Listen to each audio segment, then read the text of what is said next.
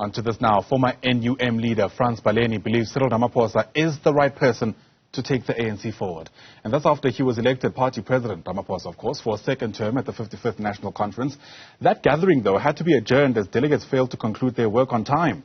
Baleni says he expects Ramaphosa to clean up his cabinet once the conference's work is completed. For more on his thoughts, Frans Baleni joins us now via our video link. It's great to have you on the program, sir. Thanks so much indeed for making time to speak to us. Your sentiments coming loud and clear about how you feel about the president, the new president of the ANC. But let me get your thoughts, more broadly speaking, about the top seven. Good morning, Ayanda, and good morning to your viewers. Yes, indeed, we're happy that the president is going to continue in his second term. And also, he has a very good collective leadership, especially in the top seven, who will be aligned with him and work very closely with him. Right. There's so much being said about this decision to have this conference postponed. That's probably not the right technical term. It's adjourned until its work completes, hopefully come the 5th of January next year. On the face of it, I guess, gives the message of an ANC that's unable to organize itself, given the fact that they've always known what needs to be done, and they've always been aware of the time constraints.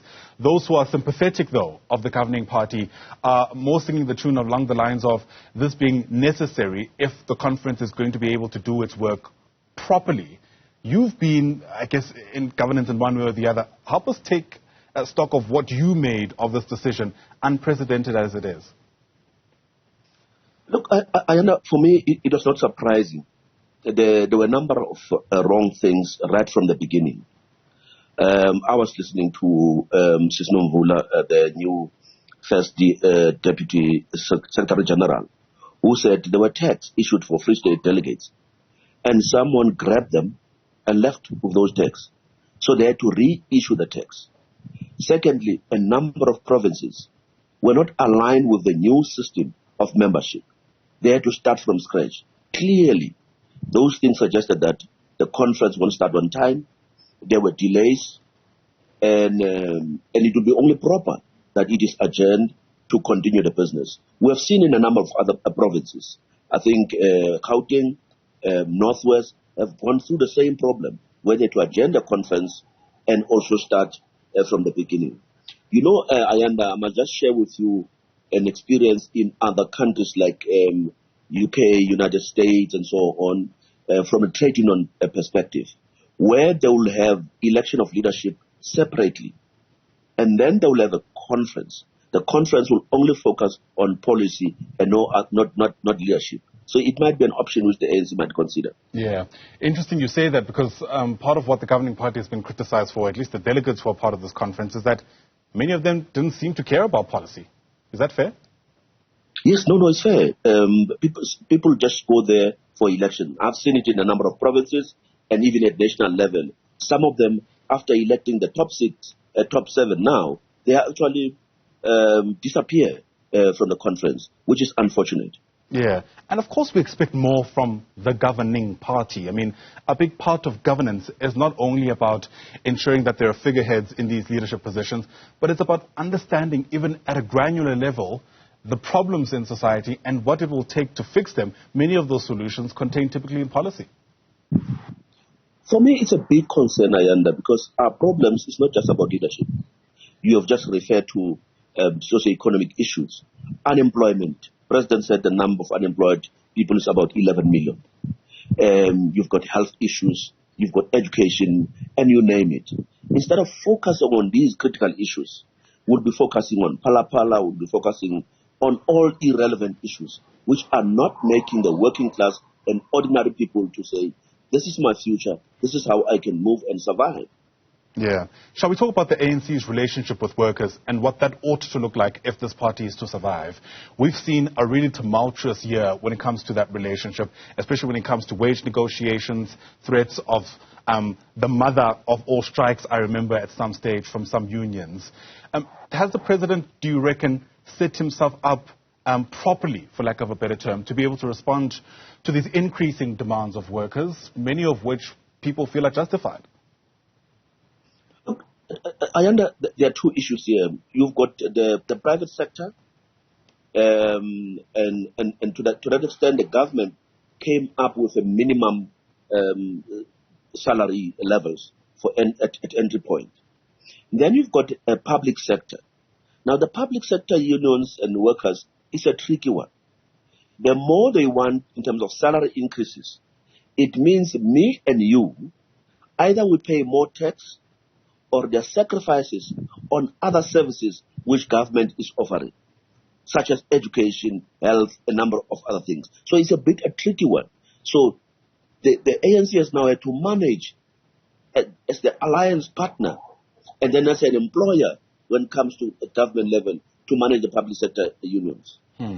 Speaking about the ANC's role as an alliance partner, that coalition, there have been real concerns about how much longer it will continue to coalesce, especially because of those sentiments by the SACP of essentially splitting from the pact to run for elections on their own. Is that something Ramaphosa should be worried about? Because much of the focus now, post this conference, will be on 2024.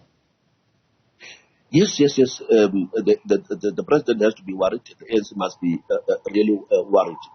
Things have changed. It is not 1994 anymore, and definitely there has to be a reconfigured alliance.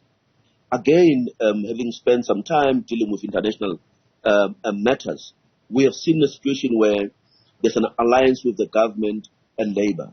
In those instances, in Sweden, for example, even MPs who are deployed by a union will be accountable to that Labour union, and they'll get a mandate.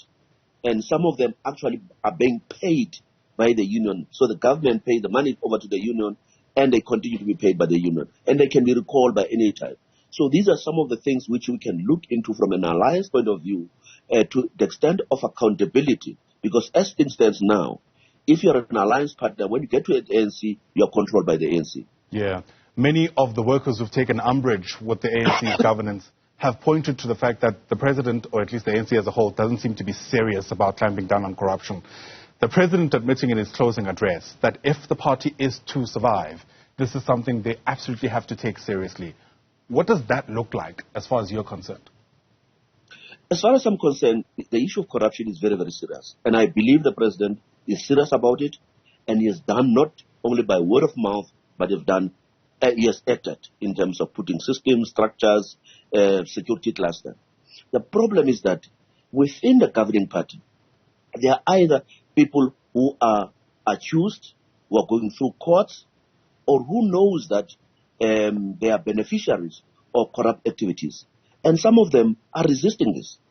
That's why there are people who have a problem with step aside, because they know that down the line, one of them might be accused. And I think the ANC must be very tough and not to be seen in the two ways about it, so that they can deal once and for all about corruption. And I look at an example of Tembisa Hospital. It's a small hospital.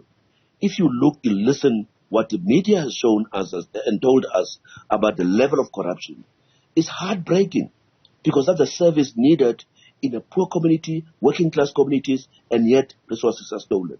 Yeah. It's criminal. And now we're hearing about an oxygen pipe being stolen at Chris Hani Baragwanath Hospital, threatening the lives of 24 patients. That adds to the list, certainly, without a doubt. I wonder to what extent you agree with people who say that the ANC, because of how deeply entrenched corruption is, actually won't survive if they take this seriously. I think the ANC can survive, Ayanda, provided that they deal with corruption and once and for all. And the problem of corruption is so entrenched. I served in Eskom board for 9 years when Eskom had resources and all those things. The system was so much that it was difficult to steal. I was the chairperson of the tender committee. But now what has happened with the state capture processes? They had a system that corruption is at all levels. Now, when you're removing the CEO, the chief financial officer, you have not dealt with the infrastructure of corruption. So it's going to take a very long time to eliminate these corrupt infrastructures, be it state enterprises, be it in government. Sure. Sobering remarks there. Frans Baleni, thanks for speaking to us. Really do appreciate your time and your weighing in on what we should make of this moment for the ANC. Frans Baleni, of course, a former NUM leader. Also, you've heard there he's had a hand at the tender processes at Eskom.